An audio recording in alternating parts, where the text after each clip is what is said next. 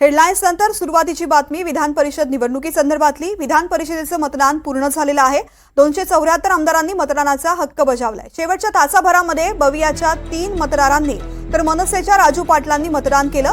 बवियाचे 3 आमदार विधान भवनामध्ये आल्यावर त्यांना मिलिंद दारवेकर आतमध्ये घेऊन गेले। त्यानंतर हितेंद्र ठाकूरांसह 2 आमदार विधान भवनातल्या भाजप कार्यालयात गेले। त्यानंतर बवियाच्या आमदारांनी मतदान कुणाला केलं याची उत्सुकता आहे, तर दुसरीकडे राजू पाटलांनी राज ठाकरेंच्या फोन नंतर मतदान केलंय। त्याआधी फडणवीस आणि राज ठाकरे यांची फोनवरून चर्चाही झाली आहे।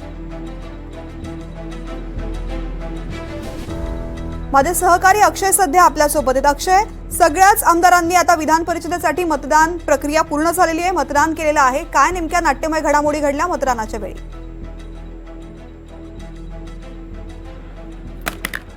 तृप्ती, आपण जर बघितलं तर आज सकाळी 9 वाजतापासून या मतदानाला सुरुवात झाली होती आणि सगळ्यात महत्त्वाचं म्हणजे जितके आमदार आहेत विधिमंडळाचे सदस्य विद्यमान आहेत त्या सगळ्या आमदारांनी मतदान केलं। 100% मतदान झालेलं आहे। 274 पैकी 274 विधानसभेच्या आमदारांनी या विधान परिषदेच्या निवडणुकीसाठी मतदान केलं आहे। 11 विधान परिषदेच्या 11 आमदारांच्या जागा रिक्त होत्या आणि यासाठी 12 जणांनी आपला उमेदवारी अर्ज दाखल केला होता। त्यामुळे आजच्या या विधान परिषद निवडणुकीची चुरस वाढलेली आहे।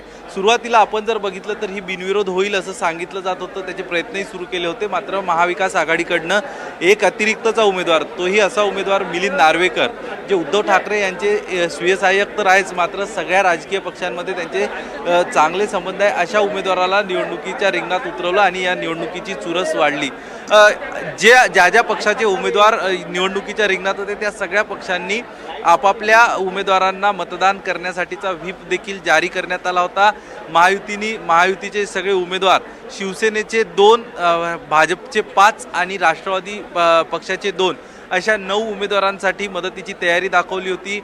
यानंतर आपण जर बघतो काँग्रेसने प्रज्ञा सातव यांना उमेदवारी दिली, त्यासोबतच राष्ट्रवादी शरद पवार पक्षाने जयंत पाटील शेकापचे जे विद्यमान आमदार होते त्यांना उमेदवारी दिली होती आणि शिवसेनेने मिलिंद नार्वेकर यांना उमेदवारी दिली होती। प्रत्येकच जण आपला उमेदवार कसा निवडून येतो यासाठी प्रयत्न करत होते। काही गुप्त बैठका देखील या संदर्भात झाल्या।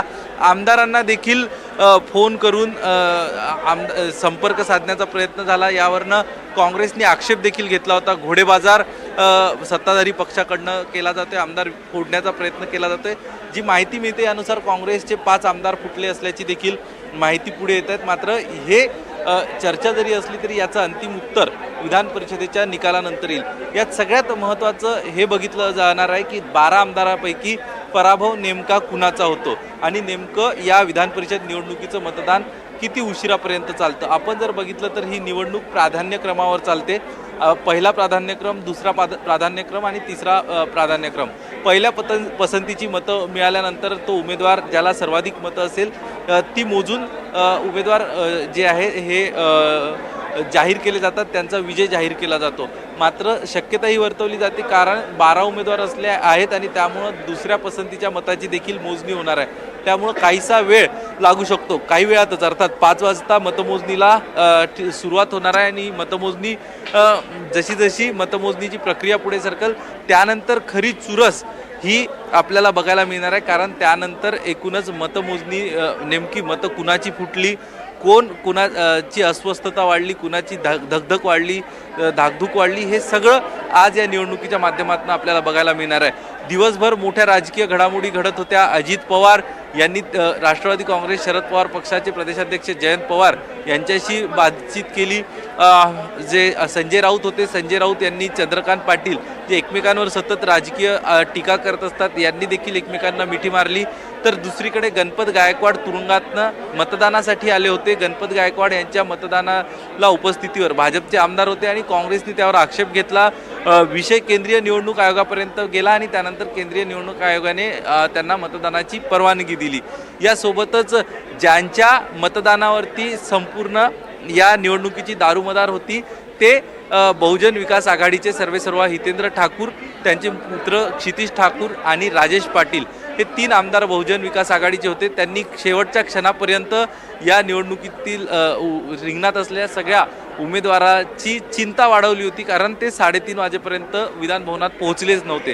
3:30 वाजता पोहोचल्यानंतर त्यांनी थेट भाजपाचं पक्ष कार्यालय गाठलं. अर्थात यावरनं हे स्पष्ट होतंय की जर ते भाजपाच्या कार्यालयात मतदानापूर्वी गेले तर कदाचित त्यांचा कल विधान परिषद निवडणुकीत भाजपाकडे असू शकतो.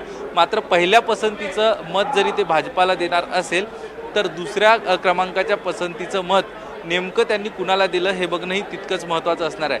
हे असं जरी असलं ते भाजपाला पहिला प्राधान्य बहुजन विकास आघाडी यांच्या माध्यमातून दिला जात असला तरी काल हितेंद्र ठाकूर यांनी हे स्पष्ट केलं होतं की मिलिंद नार्वेकर एक चांगला माणूस आहे, सगळ्या लोकांसोबत त्यांचे संबंध चांगले आहे आणि संबंध जपणारा माणूस आहे. त्यामुळे कुठंतरी दुसऱ्या पसंतीची मतं मिलिंद नार्वेकर यांच्याकडे तर गेली नाही ना, हा एक प्रश्न उपस्थित होतो. आणि सगळ्यात शेवटचं मतदान जे केलं आहे ते एकमेव महाराष्ट्र नवनिर्माण सेनेचे आमदार राजू पाटील यांनी. राजू पाटील हे सातत्यानं आपले पक्षप्रमुख राज ठाकरे नेमका काय आदेश देतात याची वाट बघत होते, त्यांना कधी फोन येतो याची वाट बघत होते आणि राज ठाकरे यांना नेमकं कुठला पक्ष मतदानासाठी गळ घालतो याची वाट राज ठाकरे बघत होते.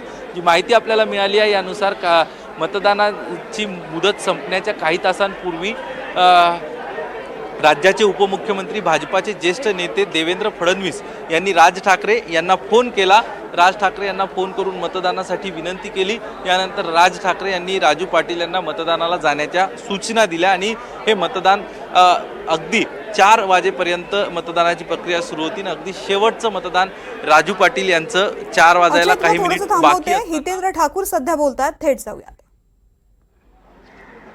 आज विधान परिषदेच्या निवडणुका होत्या, शेवटच्या टप्प्यात येऊन तुम्ही मतदान केलेलं आहे, कसं मत या सगळ्या मतदान प्रक्रियेकडे? काय केलं, अडकलेलो आम्ही, आलं केलं मतदान झालं, आता निघालो परत. बरं, आगामी विधानसभा बदलत्या राजकीय परिस्थितीनुसार बहुजन विकास पार्टीचं येणारं महाराष्ट्राच्या राजकारणाचं भवितव्य काय असणार? बहुजन विकास आघाडीचं भवितव्य आता मला माझ्या 3 मतांची किंमत कळलाय.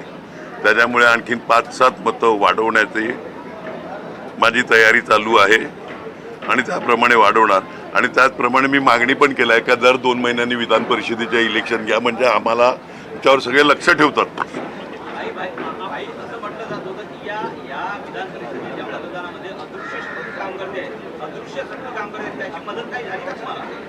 या विधान परिषदेच्या इलेक्शन माझा जिल्हा, माझा तालुका, माझी लोक ही शक्ती माझ्याबरोबर आहे. अदृश्य शक्तीचं मला काय माहिती नाही. मी माझ्या तालुक्या जिल्ह्यासोबत आहे, माझ्या लोकांच्या सोबत आहे. धक्का कोणाला बसेल, महाविकास आघाडी? धक्का आता मी तेवढा मोठा नाही मिळत का त्यांचं वरच्यांचं काय कशा प्रकारे ऍडजस्टमेंट झालं ते मला माहित नाही, त्याच्यामुळे त्याच्याबद्दल मी बोलू शकत नाही. लोकसभेच्या निवडणुकीच्या वेळेला उपमुख्यमंत्री देवेंद्र फडणवीसांनी तुमच्यावर आणि पक्षावर टीका केली होती. चालते ना टीका, आम्ही पण केली त्यांच्यावर. इलेक्शन म्हटल्यावर एक दुसऱ्यावर चिखल फेकायचं असते, तो फेकला. फक्त त्याचा दर्जा ठेवावा एवढं या माध्यमातून मी सांगेल. विरोधकांनी टीका करायला पाहिजे पण त्याचा दर्जा काय ठेवतात, तुमचं तोंड घसरू नये एवढी सगळ्यांनी काळजी घ्यावी. धन्यवाद.